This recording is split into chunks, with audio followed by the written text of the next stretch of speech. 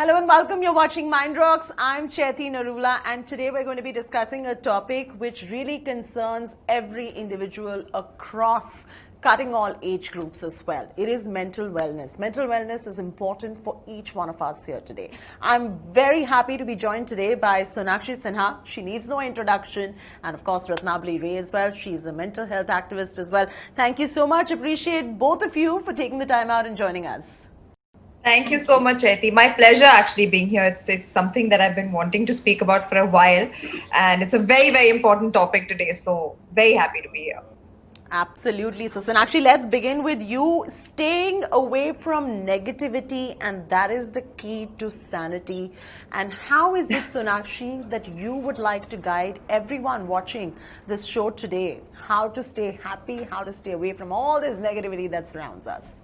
I think I'm nobody to guide, but I think I can speak from personal experience, for someone who's been on social media for so long. I've kind of seen it grow, into this monster that it's become today. And honestly, I've always been a very positive person. But you never know how something can affect you in the smallest of ways. You wake up in the morning, you open your handle and you read a negative comment and probably just shut it at that point of time. But it later comes out like you've snapped at someone at work or somebody at home. So you never really know how these things affect you. And I think that's a very negative aspect to have in your life, So I feel for me, the best way to stay away from it is to not be on it, stay away from it consciously and completely. And honestly, like since I've left Twitter, I've been happier. And it's really surprising and shocking that how these things can bog you down without you even realizing it. So I think it's the best thing to do. Just kind of keep yourself away from negativity. Yeah. So, Sonakshi, what do you do to be mentally happy? For physical fitness, everyone does yoga, Zumba, aerobics. There's so much of physical training that we see. But for mental training, not much is being done by individuals across the board. What do you do? Let us know your regime as to how you keep yourself mentally fit. I think the best thing to do, like you said, how we have exercise and fitness, for our bodies, and we have doctors to go to for our body. I think it's very important to treat your mind as well. And as recently as when lockdown happened, that's when I discovered meditation and how it just helps to kind of center you and balance you and keep you in the moment. Brings you back from wherever your mind is wandered. I think it's like magic, and something that I've always wanted to do. Like these 10 years I've worked continuously non-stop, without having to think of these, without getting the chance to think of these things. And now, because we have all this free time, it's something that I got into. I was very averse to it, but then I kind of realized the importance of it. Now when you're with yourself after so long, after so many years, I've had so much time to myself, to be at home, to be surrounded by very few people, just my family. And otherwise it's always been people at work, and your mind is always somewhere else. So for the first time, I kind of realized the importance of just being one with yourself and being able to handle that. Suddenly you're all alone by yourself. So I think it's very, very important to meditate for the mind. Yeah. And it could be something as simple as just, deep breathing, just focusing on your meditation, breath. Of course, no. Yeah. Oh, yes. I've noticed that myself personally before I go to bed, when I wake up in the morning, meditation really, really helps. Let me also bring in Ritaboli. Ritaboli, today, it's such a taboo to talk about mental illness. When somebody is feeling ill, when somebody is not feeling well, going to doctor is very normal. But when somebody is not mentally feeling okay, why is it that there's so much of reluctance in going to a psychiatrist or a mental health care practitioner for that matter? Well, I think things have changed a lot over the years, because I think help-seeking behavior has changed amongst general people. The point is what you said earlier in your question, that as long as we frame the mental health discourse within the paradigm of illness, people's health-seeking behavior will be impacted. But if we popularize the discourse of well-being, of wellness, the importance of it, I think people are going to go to the chambers, seek out professional help. Because what mental illness does is pathologize smallest of small behavior, and that's where the problem is. So things have changed over the years, yet there is reluctance because there's a lot of shame associated with it. It is also perceived as weakness, especially in young people. Sonakshi may be able to say that much better, but I feel that people do perceive it as a weakness of your character. And therefore, there's a lot of bullying, lot of shaming, lot of name calling. And at the end of the day, you end up alone. So people are hesitant, but I think discourse is moving. We are not losing hope because we are still seeing a lot of people coming to us, talking about their distress. 2 points to remember is one, we should not pathologize behavior. The other is that we have to move the discourse of mental illness to mental well-being or wellness. That's exactly what we are talking about. And mind rocks indeed. Right, right, Lord. Let me also take this straight across to Sonakshi. You're such an influential person, and youth today should listen to you on this as well. A lot of reluctance we've noticed, and just like the way Ritaboli was also mentioning, the minute you go and are seen in the psychiatrist's office or a counselor's office, there's a lot of shaming that is going on. There's stigma attached to it. There's a lot of muttering under the breath that goes on when this happens. I mean, we are trying to normalize this conversation, but what is your sense? What would you like to tell them? I think, yes, because there are so many misconceptions and we've not been able to normalize it as it should be, people are a bit hesitant and reluctant, but it's as simple as, like how you send your car for servicing. How you go for a regular checkup to your doctor to fix your body. It's exactly the same thing. It's as simple and normal as that. And it doesn't have to be someone who's, visibly distressed. It could be someone who looks absolutely happy on the outside, but is facing something within themselves. And sometimes it's more important to speak to somebody who's neutral, who has no judgments towards you. For instance, a friend or a family member might not understand exactly what it is you're going through from an outsider's perspective. So it's very important to speak to someone who will kind of look at it, very objectively and help you to understand why you're going through what you're going, or why you're behaving a certain way that you're behaving. And it's really as simple as that. There's nothing wrong with it.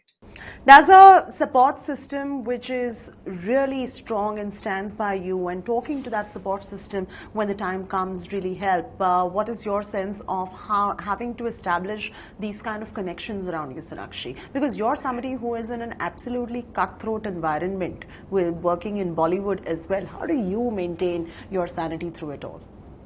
I think, yes, it's very, very important to have a good support system around you, good friends, good family that supports you, good co-workers. Having a good equation with everyone really helps. And for me, I've always kept my circle very small. I don't like to add people into my circle who won't add anything to my life or will take away from it. So for me, I've managed to keep my life around me very positive by just doing that, guarding my circle very, very closely. And it's really up to you, who you let in, what you let in, the thoughts that you let in. So yeah, I think overall it's very important to have a good support system, but sometimes it's also helpful when you speak to someone who's not in your circle. So yeah, I think therapy is something that a lot of people from my generation and the millennials also have been turning to, and it's really helped. So many friends of mine have been seeking therapy and going to therapists and speaking to them, and they come back with such an understanding of their behavior and what they're thinking, and how they just have tools to go through life once they speak to someone. So perspective yeah, changes. I think it's important to have a good support system, and also to speak to someone if you're feeling even the slightest bit distressed. Absolutely, and that perspective is really very important. Ratnabali, I'm going to come to you. Certain issues that youth today are witnessing as well. There is a growing sense of loneliness. I mean, you may have 5,000 friends on Facebook, you may have a lot of friends on Twitter, Instagram, what have you, thousands of followers as well. But are you really happy? They are feeling lonely from within. What are your tips to these kids and young adults how to battle loneliness as well?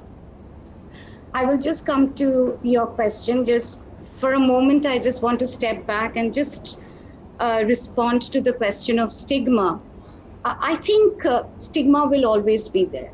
Stigma will be there if you are dark skinned, stigma will be there if you're fat, stigma will be there if you are, low vision, etc. But what we should be bothered is how we can check discrimination, be it in the workplace, be it at friends, be it in the larger realm of life. So it is discrimination that we should be concerned with. Secondly, when we talk about loneliness, I think that we need to focus within ourselves, because I think we have I think we have looked outwards for a long time now for validation. You are good looking, you are fantastic, you cook so well, you're such a great friend, and we have fooled ourselves with those external validations.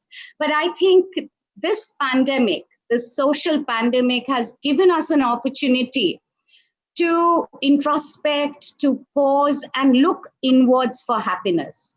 Because with loneliness, I mean, even with a large group of people, you can still feel lonely. So that's a feeling. So you have to acknowledge that feeling first before we move on to the next step as to how we address that loneliness. Sonakshi, your work is something that you will always hold on to, regardless of anything that happens. And many people somewhere get lost by leaving their work, only focusing too much on one relationship, somewhere putting the man on the pedestal as well, and somewhere all the kind of, unhappiness that starts to seep in as well. If you could throw some light on that part as well, as to how a balancing act is also important for the mind. Having a purpose is also very important to keep your mind calm and happy. So I was saying that I think it starts with you. Everything begins with you. Like they say, charity starts at home. You have to be content with yourself. You have to be happy as you are. You have to be happy with what you're doing, and that is the only way I think you can even begin to find happiness outside. It all starts from within. So whether it's a relationship, whether it's work, whether it's a marriage, whether it is a friendship, you always have to be able to love yourself before you can spread that, share that love with someone else. So I think it's very important to be content with yourself. And Ratnabali, for somebody who is championing the cause of mental health as well, what are your closing thoughts on what the youth needs to hear today when it comes to their mental well-being? I love young people. I think they energize us and they energize the nation. So it's very, very important to have young people right on top of their mental health. But I really want to bring in one issue here that we really have to be cautious about how amazing this is, and about the whole notion of toxic positivity, because the world we are living in, unprecedented times we are living in. So everything cannot be happy, everything cannot be marvelous, and we have to acknowledge that.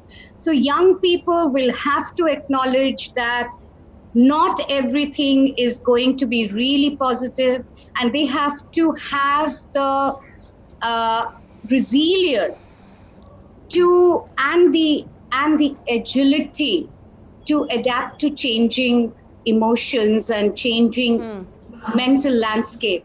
And once they are able to do that by being mindful of the moment, Sonakshi articulated it in a different language. I'm saying it from a typically mental health language, that we have to be mindful. And if young people are mindful and present in the moment, I think they've just done it. And Sonakshi, embracing change and accepting change is also a large part of it, right? Because when we were hit with the yes. pandemic, none of us knew what we were getting into. Months of lockdown nobody expected this, nobody saw it coming, but the ones who adapted well were happier people. Absolutely. And I think with it came a lot of, frustration, a lot of negativity, as we've seen, even on social media. People have just started turning very bitter. I think when you start watching yourself for these emotions, understand them, accept them, but try and overcome them. I think it's very important to, uh, strive for positivity, especially at a time like this, where we're so socially cut off with people that we've been used to meeting and who we've had around us for so long. So it's very, very important to stay positive at a time like this. Like Miss Ray said, that it won't happen every day. There will be good days, there will be bad days, but it's at the end of the day, you have to be strong enough to overcome even that, and make sure you tell yourself that it's okay, tomorrow is another day, I'll try and do better. And yeah, just stay positive. I think it's very important to have a positive mindset at a time like this.